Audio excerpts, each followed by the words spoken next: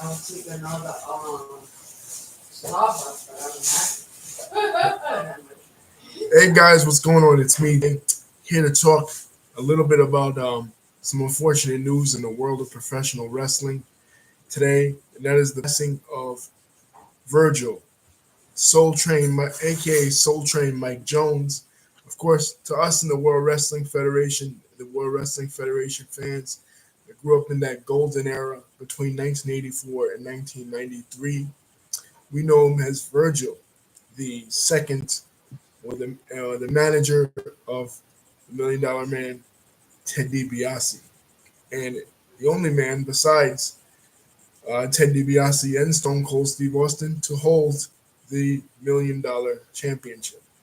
Now, where did Virgil start off? He was born in 1960s in Wilkinsburg, Pennsylvania. He attended Virginia State University, where he was on a football scholarship for being a linebacker. When his football career didn't pan out, he was later introduced through some gym buddies to Mr. USA Tony Atlas, and Tony Atlas helped. Thank you, Lisa. Tony Atlas helped get him into the wrestling business, where he trained with Alpha. Uh, Pardon me, guys. Alpha of the Wild Samoans.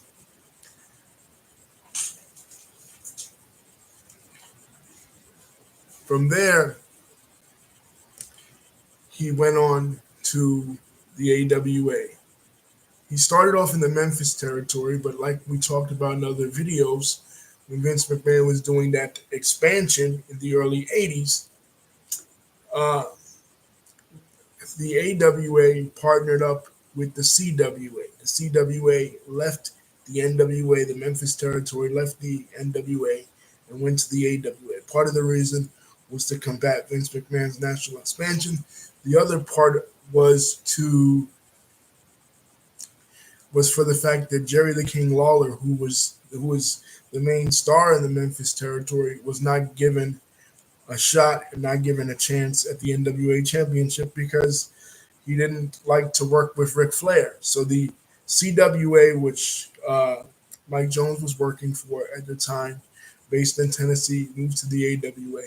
And that gave Mike Jones the opportunity himself in the mid 80s to challenge for the AWA championship against Nick Bockwinkel and win the AWA Southern Tag Team Championships with The Rock's father, Rocky Johnson. But his biggest success was moving on to the World Wrestling Federation in 1987. Ted DiBiase had just come into the company not so long ago. He left the Mid-South territory where he was a staple in that company, and they had big plans for him. They had the $1 Million Man character planned for him. And part of the $1 Million Man's character was to have this manservant.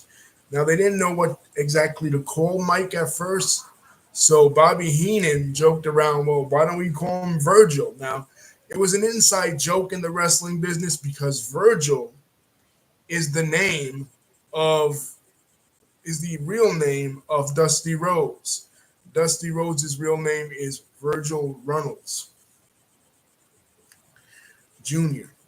So it was kind of a dig at Dusty calling him Virgil. They would do things like this while Dusty was the booker for the Rivals and Jim Crockett Promotions. Like, for example, the character of Akeem, when they remade George Gray, the one-man gang, into a new gimmick, they called him Akeem, a big fat white guy who acts black. You know what I mean? Kind of digging at Dusty, who was basically the same thing. But this was another way to dig at Dusty, calling this character Virgil.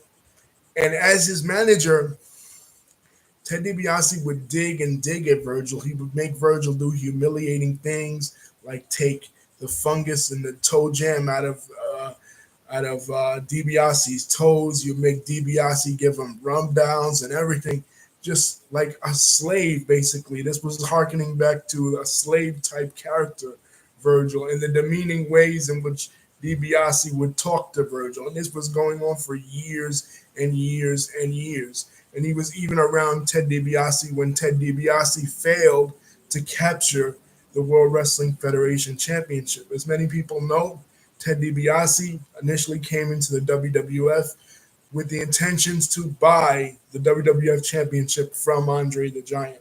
So Andre the Giant cheats. They hire a twin referee, Earl and Dave Hebner. Initially, it was Dave Hebner, and they hire Earl, and they use a twin referee. They switch the referees. That enables Andre the Giant to defeat Hulk Hogan on the first Saturday night's main event. So now Andre the Giant is the WWF champion. And what does Ted DiBiase do? He wants to buy the WWF championship off of him. He does. WWF President Jack Tunney declares that this is illegal. You can't do this. So the title is vacated and held up for grabs at the tournament at WrestleMania 4. Well, Ted DiBiase fails to capture it there too and loses in the finals to the Macho Man Randy Savage. So now that Ted DiBiase cannot be the WWF champion, he then goes out and creates his own championship, the $1 Million Championship, which he unveils on the Brother Love Show. It's a diamond-studded title, and he parades it around. Now, this is a joke to most WWF fans at this time because we're like, wait a minute, the $1 Million champion? The $1 Million Championship? Come on, really? Like, you're not a real champion. Like, that's not an efficient sanctioned title ever. And he never puts it up. There is an incident in 1989 where Jake the Snake Roberts, 1990, where Jake the Snake Roberts steals the $1 Million Championship, and Ted DiBiase hires the Big Boss Man to get it back. And the Big Boss Man is not going to do that because it goes against his principles, and that allows the Big Boss Man to turn. That's part of the Big Boss Man's babyface turn, one of the greatest angles that they've ever done, right? But as it pertains to Virgil, this is 1991 now. Virgil is being humiliated all the time by Ted DiBiase. He's putting him down. He's, like I said, berating him. And it's like, when is this guy finally going to say, you know what, I've had enough. I've had it. It's over. Our relationship is over. Our relationship is dissolved. Well, Dusty Rhodes comes into the company in 1989. As I mentioned before in the last video about Ole Anderson, Dusty Rhodes was fired from Jim Crockett Promotions, and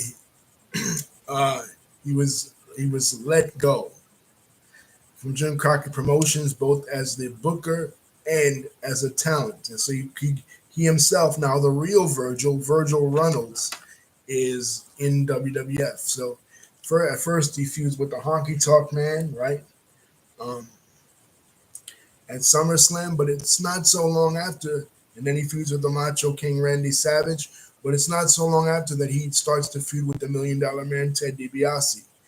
Ted DiBiase happens to purchase his manager, Sweet Sapphire. So again, Ted DiBiase is purchasing, quote unquote, a black person as basically his slave. This angle was really fucked up. So he's feuding with Dusty Rhodes. And then in an episode of Superstars, Dusty Rhodes has his son, Dustin Rhodes, in the corner. So Dustin Rhodes, and Virgil and Ted DiBiase are picking on Dustin Rhodes. They're goading Dustin Rhodes out of the crowd. Finally, Dustin Rhodes and Dusty Rhodes decide that they're going to have a tag team match against Virgil and Ted DiBiase at the Royal Rumble in 1991. And Ted DiBiase and Virgil lose this match. And finally, Ted DiBiase starts berating Virgil again, putting Virgil down, blaming him for the loss of the match. Right? And finally, Virgil has had enough. SummerSlam 1991, Virgil finally snaps, and Virgil now is against the $1 Million Man. The pop for when Virgil snapped was like one of the greatest pops in the history of professional wrestling ever. And now Virgil is being trained by Roddy Piper to go against the $1 Million Man, Ted DiBiase, at WrestleMania 7. He goes against him at WrestleMania 7, and he beats him. But it's at SummerSlam 1991, an event that took place on my birthday.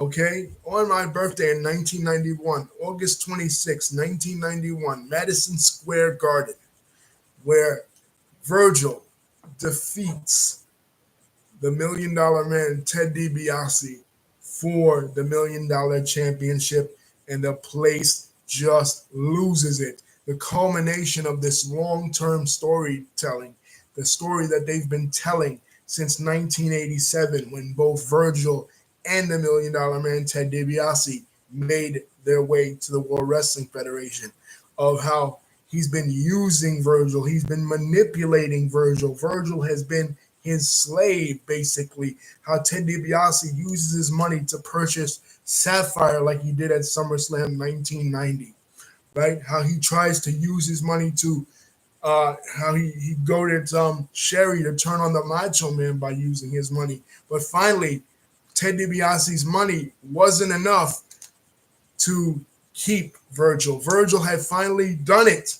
We've seen other storylines like this. Just this past year, we saw the same thing with Sami Zayn, where Sami Zayn was kind of in the bloodline, but the bloodline would push him and push him and push him.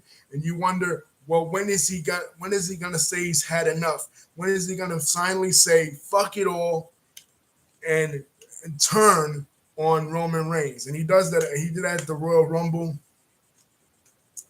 Also, the Royal Rumble 2023. So Virgil does this at the Royal Rumble and has a great year when he becomes the $1 Million Champion, the second guy to capture the $1 Million belt. After losing the $1 Million belt, though, in 1992, and after his feud with Ted DiBiase is pretty much over, DiBiase then enlists the services of Jimmy Hart. He forms Money Incorporated, and he goes more into the tag team ranks. Virgil kind of is drifting. Virgil does get his nose broken by Sid Vicious. Sid Justice. He's called Sid Justice in the WWF. In the lead up to WrestleMania 8. And Virgil's there for a while in 1993. I recall him being in the Royal Rumble in 1993. But pretty soon he's on his way out, and we don't really hear from him. He does some stuff on the indies, and he doesn't really resurface until 1996 with the NWO. The NWO, of course, Scott Hall, Kevin Nash make the jump from the WWF to WCW. Then Hulk Hogan turns heel at Bash at the Beach 96. And the fourth member of the Horsemen, he's sitting in the audience. He had just lost a loser leave town match between his protege, Stone Cold Steve Austin, and Savio Vega, is the $1 Million Man, Ted DiBiase, just called Ted DiBiase at this point, holding up four fingers. So we think, he's going to join the Horsemen. No, he's the fourth member of the NWO. So after him, then comes the Giant. The Giant turns, right? And then X-Pac, Six, the former 1-2-3 Kid who DiBiase also managed in the WWF. But You hear them talking on camera that the head of security is coming to WCW. And they're like, well, who's the head of security? The head of security, they say, is Vincent. Now, again, this is a play on words. Remember how Dusty Rhodes was the promoter in Jim Crockett Promotions when they called him by Dusty's name, Virgil. Now he's in WCW, so they're going to use his name to dig at the promoter on the other side, Vince McMahon. So they call him Vincent. So he's Vincent from 1996 until the end of the NWO, basically in 1999. And from there, he becomes a cowboy character. It teams up with Barry Windham, Kendall Windham, uh, Kurt Hennig in that feud between the No Limit Soldiers when they brought Master P in to the company, and the West Texas Rednecks. Remember, rap is crap. That whole storyline in WCW in 1999, and after that they switch his name again, Shane through the name Shane. Shane McMahon had been appearing on WWF TV, so when Russo and them came in, they wanted to figure out another way that they could dig at the WWF further. They already did the Oklahoma thing with Steve Williams, with Ed Ferrara as Steve Williams' manager. So they wanted to figure how could they dig in them further. So they call him Shane. After that, after WCW closed its doors in 2001, Virgil, um, he never really made a triumphant return back to the WWF really at all, and he became more of an internet meme, like a WWE superstar Virgil, lonely because they would show him online where there was nobody around signing his autograph. He was sort of a forgotten star uh, of that era, and he would say some pretty outlandish things on Twitter. Just like I was saying about Ole Anderson and the Iron Sheik and other wrestlers I mentioned, like Marty Jannetty, for example, they become caricatures of their own image, basically, and they began to tarnish their image. But I'll always remember that turn, and I'll always remember seeing him live win the $1 Million Championship from Ted DiBiase. That was one of the best turns. They've done that over the years since then. They did it with Mizdow and the Miz back in 2014. They did it with Alex Riley and the Miz back in 2011. But it's never really done with the great success where the guy finally says, "I'm fed up with your shit," and finally turns on the guy on the heel that's been berating him and putting him down. It was never done as successfully as it was done with Virgil. And it's crazy because when you hear the name Virgil, some people might not know that that's Dusty Rhodes' real name. So they automatically think of Soul Train Jones. They're not going to think of the author of the Aeneid from antiquity. So Virgil is kind of like Homer. You go into school, you learn about Homer. The first thing that comes to your mind is Homer from The Simpsons, not Homer, the poet, the Greek poet from antiquity. Likewise, if you hear the name Virgil, the first thing that's probably going to come to your mind is the wrestler and not the Latin poet from antiquity that put the spin on the Iliad, the Latin spin on the Iliad, the continuation of the Iliad. Like basically what happens to this lone this lone Trojan soldier who goes west to Italy to found a civilization. The city of Rome had already existed in 575, founded by two twins, Romulus and Remus. But Aeneas in Virgil's Aeneid goes west to found the city. To found the civilization based, and basically to resurrect the Trojan civilization miles and miles west, as told by the prophecy of the Roman god Neptune, known as Poseidon in Greek. But yeah, nobody's gonna think of those two guys. You're gonna think of Virgil and Homer not as two poets from antiquity, but as a wrestler and as a cartoon character. Anyway, peace. Don't forget to like, comment, and subscribe. Hit the bell button to see when my next video is coming out. Thank you guys for listening. Thank you, Lisa, for contributing. Love you.